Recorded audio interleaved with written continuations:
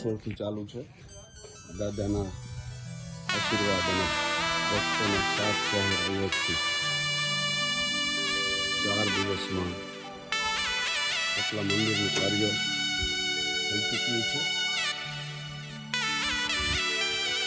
ખૂબ ઝડપથી અને ખૂબ સરસ રીતે દાદાના મંદિરનું કાર્ય